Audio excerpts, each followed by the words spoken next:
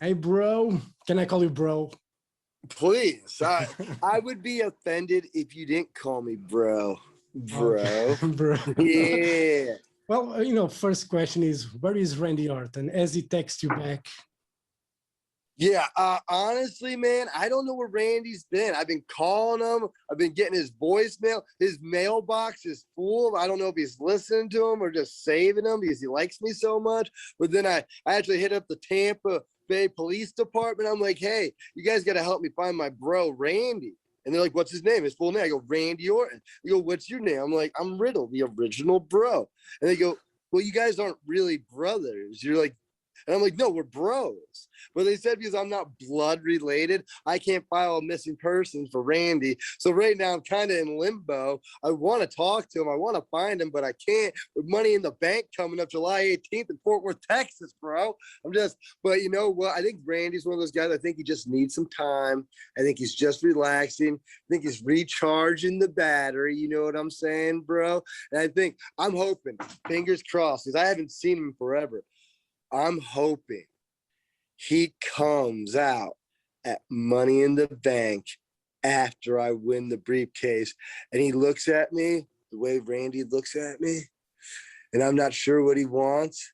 And then he gives me a great big old hug and me and Randy and RK Bro are reigning supreme and we're gonna live happily ever after with the tag team championships. I'll probably win the world championship after I get the Money in the Bank contract, and then we can just share all the gold because I'm not greedy. I'll share it with Randy. I'll let him touch it and do stuff with it, you know.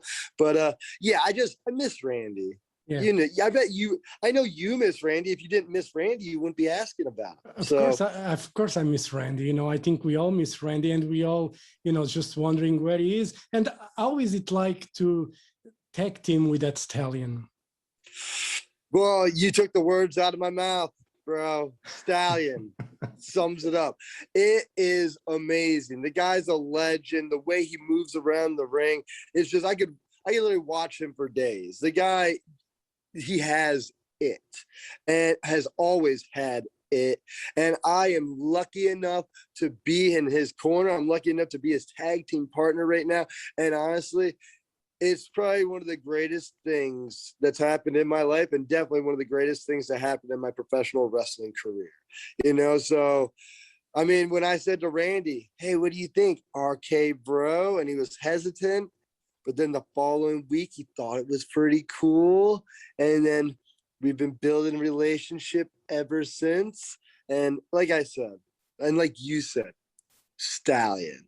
And going back to you, and you started your career in MMA, then you transitioned to the square circle. What were the biggest challenges for you during that transition? For me, the biggest and the hardest transition when I fought in the UFC, I was just so focused on beating people up. Hey, keep it down, Gacy. You know, I forgot what you asked. You distracted me. Yeah, it's all sweaty guy in a speedo. The transition from MMA to the square circle. The hardest part for me was acknowledging the crowd. You know, for me, when I fought, I'd acknowledge the crowd on the walk out. And then I'd acknowledge the crowd after the fight. In pro wrestling and, you know, sports entertainment, you have to work with the crowd, acknowledge the crowd, work with the cameras and everything like that. It's a show, it's a performance. While fighting's just fighting, you know? And I think that's why wrestling, what we do is, not that fighting's not hard. I did it. It's extremely hard. I fought in the UFC. But professional wrestling is probably one of the hardest things to master or grasp. And you think you know the answer, and 2 months from now, that answer changed. You know, the question's different and the answer's different. So the hardest part was just working the crowd and registering things, you know, like acknowledging things, acknowledging moments, making moments bigger than they actually, and not actually are, but making that moment count.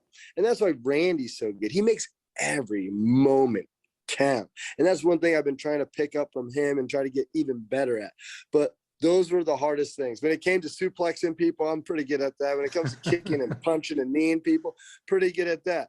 When it comes to being a charismatic character and being able to get that crowd behind you or against you at any time, that took me about a year and a half, 2 years. Yeah.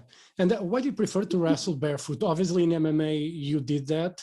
But, you know, in the ring, in a square circle, it's a different kettle of fish, so to say, and you got your foot injured, you know, recently. So, but why do you prefer to wrestle barefoot? I look at it like this. I don't wear knee pads. I don't wear elbow pads. I don't wear shoes. If you've ever wrestled anybody I work with, they all know how impossibly hard it is to do what I do. And everybody I work knows if he can do this barefoot, no knee pads, diving to the floor, going through tables, this and the other thing. I look at it like this. For me, it keeps me safe. It keeps me humble. It keeps me on my toes. I can't get sloppy. I can't make mistakes. If I do, I'm going to get seriously injured. And because of that, I feel like I earn and gain the respect of a lot of my peers. And what was your favorite wrestler growing up? You know, did you idolize anyone? I wouldn't say I idolized one person. I would say I idolized the philosophy in wrestling. I idolized guys like Kurt Angle, Shawn Michaels, Bret Hart, you know, Triple H, you know, guys that when they wrestled, pushed a pace. Like they wrestled so hard, you didn't have any doubt what they were doing was real. And honestly, that's what I try to do when I'm in the ring. I crush people. I'm safe, but I crush people, and that's what I do. And when somebody gets in the ring with me, like a Sheamus, I'll tell you this: you saw WrestleMania, you saw him kick me in the face when I was doing a backflip through midair, and I had blood gushing out my mouth. Like that's what I'm here for. That's what I like. I like the impact. I like all that stuff, you know. So kind of forgot what you asked because I'm kind of Stacy. You already answered anyway. But perfect. Yeah, perfect. Money in the Bank, July 18th, Texas. What is your plan for that match? Get as high as possible on that ladder. Yeah, you know, usually my goal in matches is, you know, ride high, you know, and Money in the Bank ladder match, you got like, there's only one way to win, and that's to get high. You got to climb that ladder all the way to the tippy top. Trust me, I tried to reach the briefcase the other day from like one of the middle rungs. No, you literally have to climb up to the top where it starts like shaking and getting all wobbly.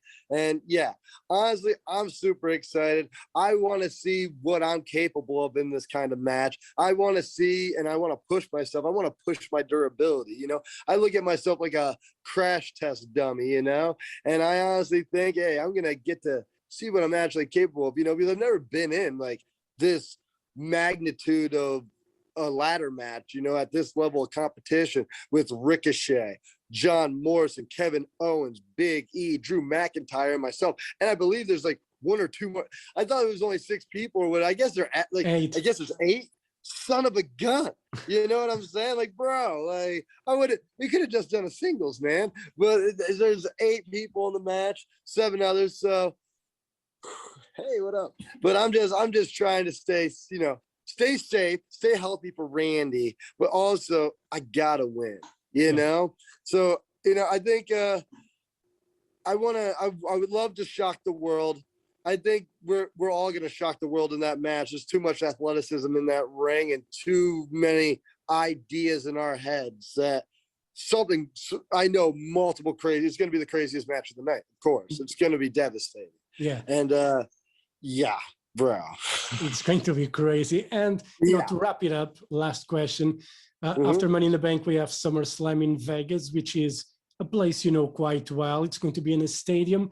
Let's say you win the Money in the Bank briefcase. That, well, I have no doubt that you're going to win anyway. But, you know, SummerSlam in Vegas, you can cash in, or you and Randy can go for the tag team titles.